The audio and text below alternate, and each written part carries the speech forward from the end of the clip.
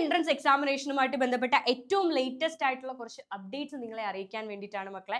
ഒന്ന് എക്സാമിനേഷന്റെ ഡേറ്റ് ആണ്, ആൻഡ് ഒന്ന് ഹോൾ ടിക്കറ്റ് അഡ്മിറ്റ് കാർഡുമായിട്ട് ബന്ധപ്പെട്ട ചില കാര്യങ്ങൾ പറയാൻ വേണ്ടിയിട്ടാണ് വന്നിരിക്കുന്നത്. സോ ഫസ്റ്റ് ഒന്ന് എൻട്രൻസിന്റെ ഡേറ്റ് നോക്കാം. എഞ്ചിനീയറിംഗ്, ഫാർമസി എൻട്രൻസ് എക്സാമിനേഷന്റെ ഡേറ്റുകളാണ് വന്നിരിക്കുന്നത്. നീറ്റ് എക്സാമിന്റെ ഹോൾ ടിക്കറ്റോ കാര്യങ്ങളോ ഒന്നും നിലവിൽ വന്നിട്ടില്ല. അതിന്റെ അപ്ഡേറ്റുകൾ പിന്നീട് ഉണ്ടാവും. സോ എഞ്ചിനീയറിംഗിന് അപ്ലൈ ചെയ്ത കുട്ടികൾ, കീമില് എഞ്ചിനീയറിംഗ്, ഫാർമസി അപ്ലിക്കേഷൻ കൊടുത്ത എല്ലാവരും ഇത് ശ്രദ്ധിക്കേണ്ട കാര്യമില്ല. എക്സാം എഴുതുന്ന ആളുകൾക്ക് വേണ്ടി മാത്രമുള്ളതാണ്, നീറ്റ് എക്സാമിന്റെ കാര്യമല്ല. സോ എഞ്ചിനീയറിംഗിന് എക്സാമിനേഷൻ നടക്കുന്നത് 17 മുതൽ 22 വരെയാണ്. നീറ്റ് എക്സാം പോലെ ഒരു സിംഗിൾ ഡേയിൽ സിംഗിൾ ഷിഫ്റ്റിൽ നടക്കുന്ന എക്സാം അല്ല കീം എൻട്രൻസ്. പല ഡേയ്സിലായിട്ടായിരിക്കും എൻട്രൻസ് നടക്കുക. സോ 17 മുതൽ 22 വരെയുള്ള ഡേയ്സിലായിരിക്കും. നിങ്ങളുടെ അഡ്മിറ്റ് കാർഡിൽ നോക്കി നിങ്ങളുടെ ഡേ ഏതാന്നുള്ളത് നോക്കുക. യെസ്, 2 മണി മുതൽ 5 മണി വരെ ആയിരിക്കും എഞ്ചിനീയറിംഗിന്റെ എൻട്രൻസ് എക്സാമിനേഷൻ നടക്കുക. ആൻഡ് ഫാർമസി ആണ് മോർണിംഗ് സെഷനിൽ നടക്കുന്നത്. മോർണിംഗ് സെഷനിൽ 10 മണി തൊട്ട് 11:30 വരെ ആയിരിക്കും ഫാർമസിക്ക് വേണ്ടി അപ്ലൈ ചെയ്ത കുട്ടികളുടെ എക്സാമിനേഷൻ.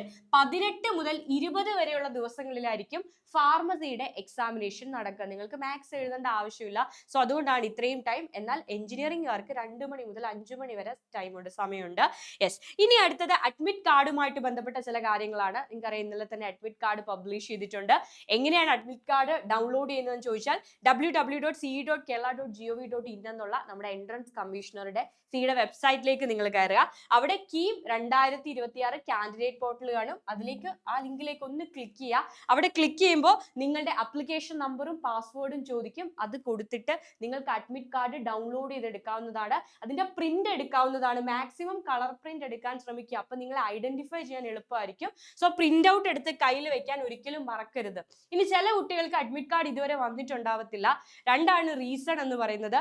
ഒന്ന്, നിങ്ങൾ ഏതെങ്കിലും ഒരു ഡേറ്റ അപ്ലോഡ് ചെയ്യാൻ വിട്ടുപോയിരിക്കും. നിങ്ങളുടെ സിഗ്നേച്ചറോ അല്ലെങ്കിൽ നിങ്ങളുടെ ഫോട്ടോഗ്രാഫോ നിങ്ങളുടെ 10th സർട്ടിഫിക്കറ്റോ പ്രോപ്പർ ആയിട്ട് നിങ്ങൾ അപ്ലോഡ് ചെയ്തിട്ടുണ്ടാവില്ല. അല്ലെങ്കിൽ അപ്ലോഡ് ചെയ്തതിൽ എന്തെങ്കിലും എറേഴ്സ് സംഭവിച്ചിട്ടുണ്ടായിരിക്കും.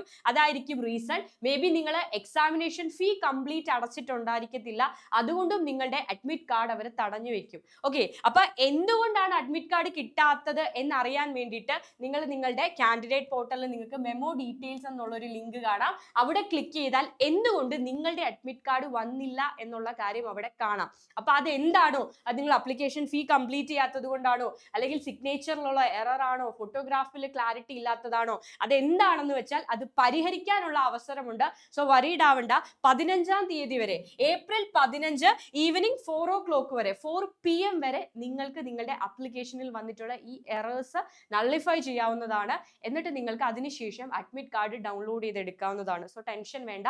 എന്തെങ്കിലും എറേഴ്സ് വന്നിട്ടുണ്ടെങ്കിൽ അത് നിങ്ങൾക്ക് തിരുത്താനുള്ള ഒരു അവസരമുണ്ട്. ആൻഡ് ഒരു കാര്യം കൂടി പറയാണ്, അഡ്മിറ്റ് കാർഡ് മാത്രം കൊണ്ട് എക്സാം ഹോളിലേക്ക് പോരുത്. അഡ്മിറ്റ് കാർഡിന്റെ കൂടെ ഏതെങ്കിലും ഒരു ഐഡന്റിറ്റി കാർഡ് വേണം. ആധാർ കാർഡോ അല്ലെങ്കിൽ നിങ്ങളുടെ ഫോട്ടോഗ്രാഫോ ഉള്ള ഏതെങ്കിലും ഒരു ഡ്രൈവിംഗ് ലൈസൻസോ ഇലക്ഷൻ ID കാർഡ് ഉണ്ടെങ്കിൽ അതോ, അങ്ങനെ ഏതെങ്കിലും ഒരു ID കാർഡ് കയ്യിൽ കരുതുക.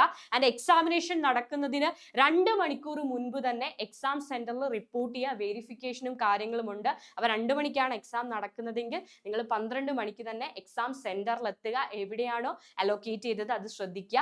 നേരത്തെ തന്നെ എക്സാം സെന്റർ കണ്ടുവെക്കുക. കാരണം ചിലപ്പോൾ ഉള്ളിലോട്ടുള്ള സ്ഥലങ്ങളൊക്കെ ആയിരിക്കും. അപ്പൊ എവിടെയാണെന്നുള്ളത് കണ്ടുവെക്കുക. ദയവ് ചെയ്ത് എക്സാം ഹാളിലേക്ക് ലേറ്റ് ആയിട്ട് ചെല്ലാൻ ഇടവരരുത്. വെരിഫിക്കേഷൻസ് ഒക്കെ കംപ്ലീറ്റ് ചെയ്തതിന് ശേഷം മാത്രമാണ് നമുക്ക് സീറ്റ് അലോക്കേറ്റ് ചെയ്ത് അവരവിടേക്ക് നമ്മളെ കൊണ്ടുപോവുക. സോ വെരിഫിക്കേഷന് വേണ്ടി നേരത്തെ തന്നെ എക്സാം സെന്ററിൽ എത്തുക. ആൻഡ് ഫർദർ ഡീറ്റെയിൽസുമായിട്ട് നമുക്ക് വീണ്ടും മീറ്റ് ചെയ്യാം. ബൈ.